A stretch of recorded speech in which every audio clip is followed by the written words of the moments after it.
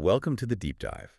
Today, we're really plunging into the strategic art of crafting compelling short-form videos, specifically for promoting schools. Yeah, it's more than just recording something. It's about making a real connection. Exactly. And, these videos, they feel more crucial than ever in education today. Oh, absolutely. They're honestly one of the best ways to genuinely engage parents and guardians, cut through all the noise out there.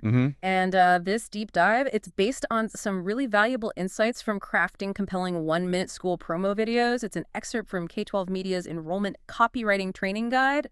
Really good stuff. Okay, so our mission today is to pull out the most important nuggets of knowledge from that source. We want to figure out the secrets to creating video content that's engaging, conversational, really clicks with families. And crucially, jargon-free. Yes, absolutely jargon-free, and leaves a lasting positive impression. Okay, so let's unpack this a bit. The source, it emphasizes a core objective right away for these videos, and a golden rule for tone and language. What are they really getting at? Well, the main goal is pretty straightforward. Make content that's engaging, feels like a conversation, and actually resonates with parents. Right. And the golden rule, they're quite clear on this. Keep the tone casual, approachable, and this is the big one. Never, ever use jargon or those school words. School words like stakeholders. Exactly. Stakeholders, equity, terms like that. They might be everyday language inside schools, but for parents, they can just sound alienating. But that focus on clarity, simplicity, it sounds great. But, for a school leader who maybe is used to speaking more formally, professionally, how hard is it to actually make that shift, to be casual and jargon-free? And why is it so important to strictly avoid those school words? Yeah. It's definitely a shift in thinking, no doubt. And yeah, it can be tough at first because, well, we all tend to fall back on our professional language, don't we? Sure. But it's vital because parents are just incredibly busy. I mean, think about it, juggling work, kids, the household. They just don't have the mental bandwidth to sit there and decode educational terms. Right. They need it instantly. Precisely. The message has to be immediately understandable, relatable, accessible. The second they hear a word they don't get, you've basically put up a wall. You've lost them. You've lost them, yeah. It's all about bridging that gap, between how educators talk and how people talk in everyday life. So the message actually lands without effort. It's like trying to explain a medical thing in pure doctor speak, technically right, maybe, but doesn't connect. Makes total sense. Okay, so a minute isn't long. How does the guide suggest you avoid just rattling off a list of features? How do you keep that conversational feel in such a short time for that 1-minute promo? Yeah, good question. What's the recommended word count? The piecing. Right. So this isn't just a random number. They've really thought about this. For that 1-minute video, the guide suggests aiming for about 150 to 175 words. Okay. And that pacing, it's deliberate. It lets you have a genuinely conversational flow while still hitting the key points about the school. You don't feel rushed. It doesn't sound like you're reading a list. So it respects their time, but still delivers. Exactly. It acknowledges the modern attention span, right? We only have seconds to connect. Go over that count. You risk overwhelming people. Too few words, and it might feel, rushed or incomplete. It's a bit of a tightrope walk, getting that impactful brevity. Okay, so the structure. How does it break down? It starts at the intro. That should be pretty quick, about 10 to 12 seconds. And they suggest the superintendent or maybe a school leader starts it. But here's the key part. Use casual, relatable language. No formal titles, no jargon. Okay. So the guide gives this great contrast. Instead of my name is Dr. Martin Williams from Ridgewood Community Schools, you go with, hey, I'm Will from Ridgewood Schools. Much more approachable. Huge difference, right? Small change, big impact. And what about adding that personal touch you mentioned? That seems key for connection. Absolutely. The source really pushes for that. Try to pull out a genuine personal detail from the leader when you're prepping or interviewing them. Like what?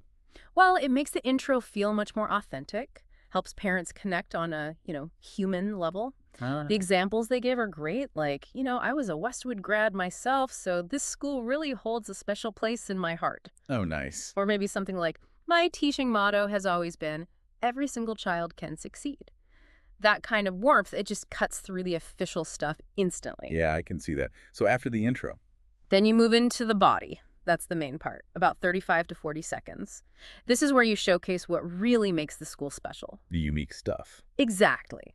Programs, the community vibes, standout features. Maybe it's STEM or athletics, arts, clubs, whatever makes your school unique and appealing to families.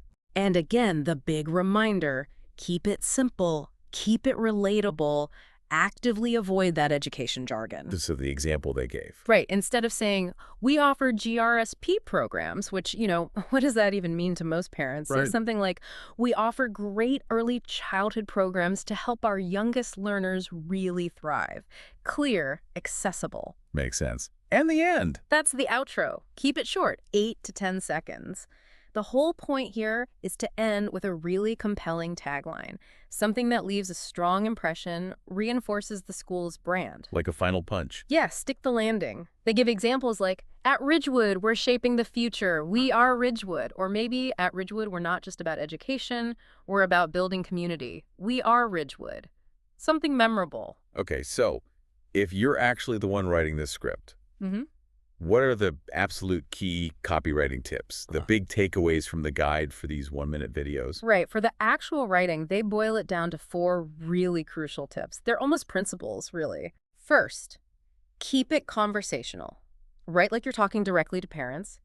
Aim for warm, friendly, approachable. Builds trust, feels less like a lecture. Makes sense. Second, be concise. Every single word has to earn its place. Parents are busy, respect their time, get straight to the point, no fluff. Third, and we've hit this hard, avoid jargon and insider language. Just assume parents don't know terms like GRSP or stakeholder. Use plain English. Always. Lowers that barrier. Got it. And fourth? And finally, end with impact. Use a strong tagline, make sure it clearly reflects the school's brand, and leaves that memorable impression. It's the final thought that makes the message stick. Okay, clear. And once these 1-minute videos are made, where do they typically end up? Just on the homepage? They actually serve a kind of dual purpose. Yeah. Primarily, they live on the district website, often right on the homepage or maybe a main enrollment page.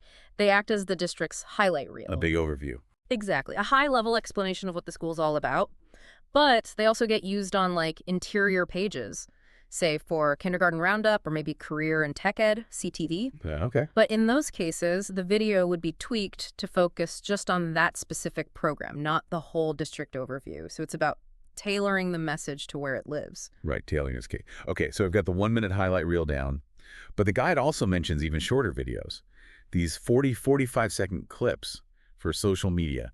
What's their distinct purpose? Where do they fit? Yeah, these are different. They're specifically built for social media platforms. You'll see them as, organic posts on Facebook, Instagram. And they're also really effective for paid social ads targeting local parents. Okay, so very targeted. Very. And their purpose is distinct. Showcase one specific amazing program or offering. Maybe it's the GSRP again, or kindergarten, CTE, athletics, just one thing. And the goal? The goal is really just to grab immediate interest and drive clicks, get people curious enough to click and learn more. And the word count reflects that even tighter, about 100 to 115 words. Wow. Okay, so even shorter.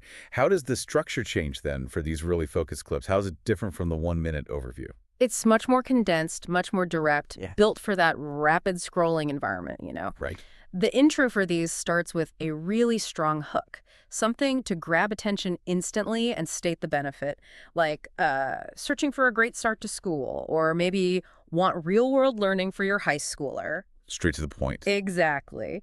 Then the body is super focused, just highlights that one program or topic with maybe 2 or 3 strong, punchy lines. And the close ends with a really clear call to action, plus the tagline, something like, click to learn how Madison schools are making students future ready, or visit our site to see how Reed City is leading the pack. It's all about quick engagement and telling the viewer exactly what to do next, not giving that broad picture. Okay, that makes sense.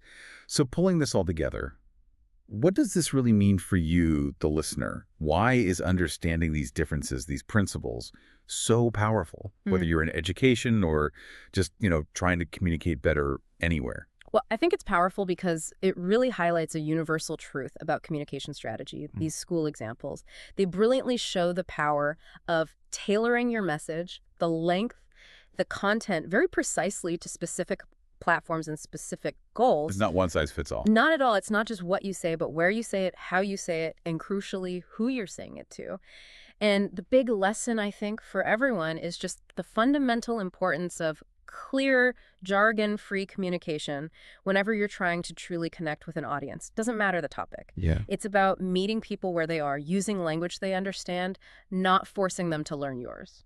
So today we've really unpacked the art of crafting these effective short school promo videos. We've talked about how crucial that conversational tone is, the absolute need to ditch the jargon, and the strategic thinking behind tailoring content for different lengths and platforms, like the 1-minute overview versus those quick social media clips. And, it raises a bigger question, perhaps. If really effective communication, like we see in these successful school videos, hinges so much on simplifying language and making those personal connections, how might applying those exact same principles change how we communicate complex ideas in pretty much any field? Think about business presentations or even just everyday conversations. Interesting point. Yeah, maybe think about the ripple effect these insights could have well beyond just school promotion. Something to chew on. Definitely something to think about. That's all for this deep dive. Thanks so much for joining us. K12 Media, always helping schools communicate with their communities.